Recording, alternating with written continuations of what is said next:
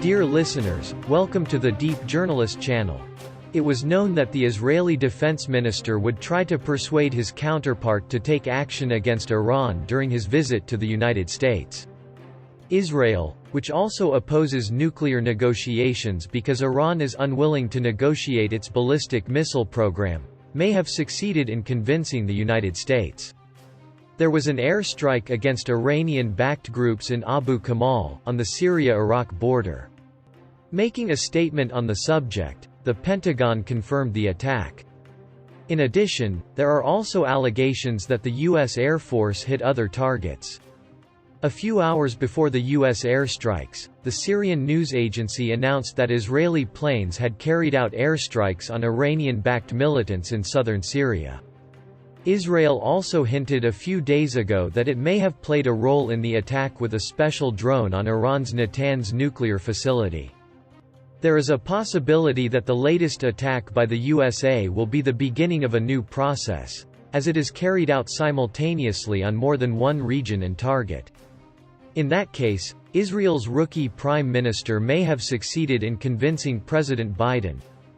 This comes after the U.S. consulate in Erbil, Iraqi Kurdistan, confirmed that 3 explosive-laden drones hit locations in the northeast of the city on Saturday, just as the Iranian-backed Popular Mobilization Units, PMU, opposing the U.S. military presence in Iraq, held a military parade near Baghdad. Earlier, on June 20, a missile landed near the Ain al-Assad airbase in the western Iraqi province of Anbar, as per Iraqi media citing security forces. A surge in sophisticated attacks reportedly performed by military groups funded, trained, and backed by Tehran has triggered significant concerns over Iran's outreach in the Middle East to counter its main regional adversaries, such as Saudi Arabia and Israel.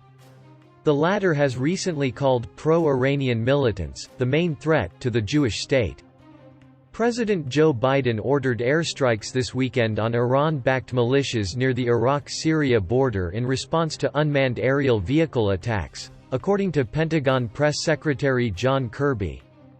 At President Biden's direction, U.S. military forces earlier this evening conducted defensive precision airstrikes against facilities used by Iran-backed militia groups in the Iraq-Syria border region, Kirby said in a statement Sunday. The targets were selected because these facilities are utilized by Iran-backed militias that are engaged in unmanned aerial vehicle attacks against U.S. personnel and facilities in Iraq.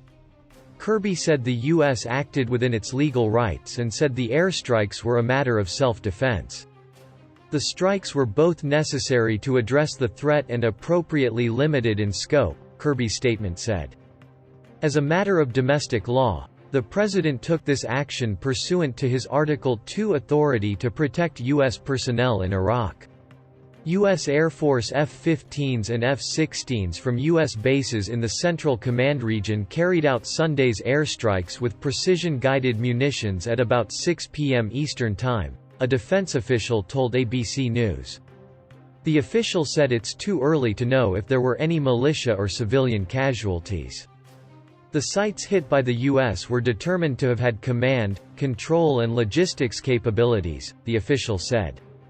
A defense official said this is the second such attack ordered under the Biden administration, the last being on Feb. 25 against Iranian-backed militia groups in response to rocket attacks. Since April, there have been 5 one-way UAV attacks, as well as ongoing rocket attacks, on U.S. and coalition facilities in the region, according to Pentagon spokesperson CMDR. Jessica McNulty. There were no U.S. or coalition casualties from those 5 attacks, a defense official confirmed. The strikes were necessary, appropriate, and deliberate action designed to limit the risk of escalation, McNulty said in a statement. Through these and other means, we seek to make clear to Iran and Iran-backed militia groups that there will be serious consequences if they continue to attack, or to arm, fund, and train militia groups that attack our people. We will take necessary and appropriate measures to defend U.S. personnel, partners, and allies in the region. As Biden returned to the White House Sunday from Camp David, the president did not answer questions shouted from reporters about the airstrikes. In addition, Israel has serious reservations about the Iran nuclear deal being put together in Vienna, new Foreign Minister Yair Lapid told his American counterpart, as he pledged to fix the mistakes made in U.S.-Israeli relations in recent years. In their first face-to-face meeting since Israel's new government was sworn in 2 weeks ago, U.S. Secretary of State Antony Blinken and Lapid had a very positive and warm discussion, according to U.S. officials. The main topics were the nuclear deal and Israel's normalization accords with Gulf Arab states, as well as humanitarian aid to Gaza and the status of East Jerusalem, a topic that helped fuel the latest wave of violence between the Israelis and Palestinians in May. Israel has some serious reservations about the Iran nuclear deal that is being put together in Vienna. We believe the way to discuss those disagreements is through direct and professional conversations, not in press conferences, Lapid said in brief remarks ahead of the meeting in Rome. Iran and the United States have been holding indirect talks on reviving the 2015 nuclear deal between Tehran and major powers that imposed restrictions on Tehran's nuclear activities in exchange for lifting international sanctions. The United States, under former President Donald Trump, abandoned the deal and reimposed harsh U.S. sanctions, prompting Iran to respond by violating many of its restrictions. Blinken told Lapid that Washington would remain in close contact with Israel over the Iran negotiations, U.S. officials said. Israeli Prime Minister Naftali Bennett, a nationalist atop a cross-partisan coalition, has hewed to the opposition of his conservative predecessor, Benjamin Netanyahu, to the 2015 Iranian nuclear deal, whose caps on projects with bomb-making potential Israel deemed too lax. Netanyahu's particularly close ties with Trump followed an acrimonious relationship with his predecessor Barack Obama, which some critics said had alienated Democrats and compromised U.S. bipartisan support for Israel. Biden, since taking office on Jan. 20, has repeatedly expressed Washington's support for Israel but has been more measured in his approach than Trump. Lapid acknowledged the need for repair. In the past few years, mistakes were made. Israel's bipartisan standing was hurt. We will fix those mistakes together.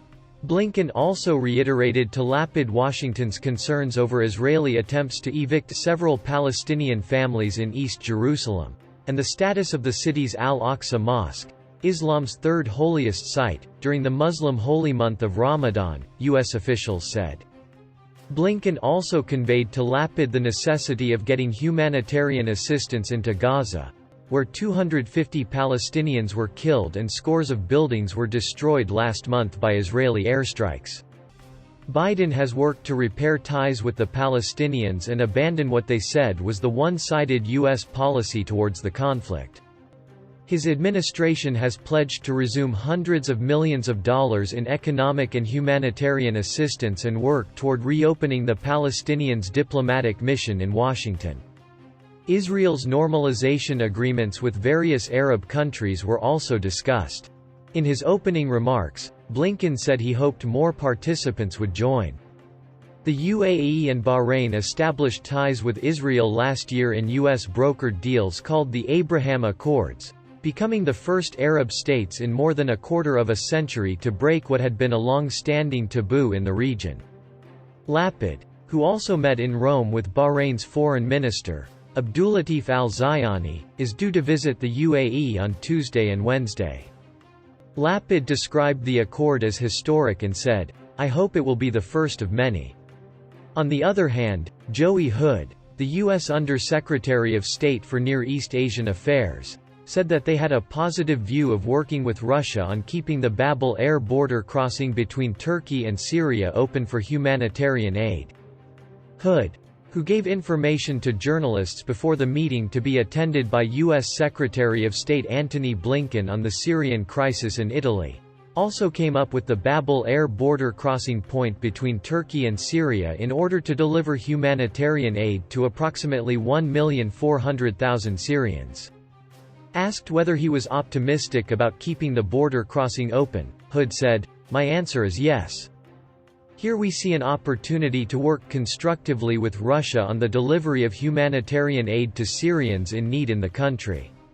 Used the phrases. So how do you interpret the Pentagon's air operations against Iranian-backed militants in Syria and Iraq? Do you think Russia was informed about the process? Are these attacks more related to attacks on U.S. bases or to the visit of the Israeli defense minister to the USA? You can share your comments with us and our other listeners. Deep Journalist Channel is the second channel of Deep Journal. By subscribing to our channel, you can follow our independent comments on the latest news.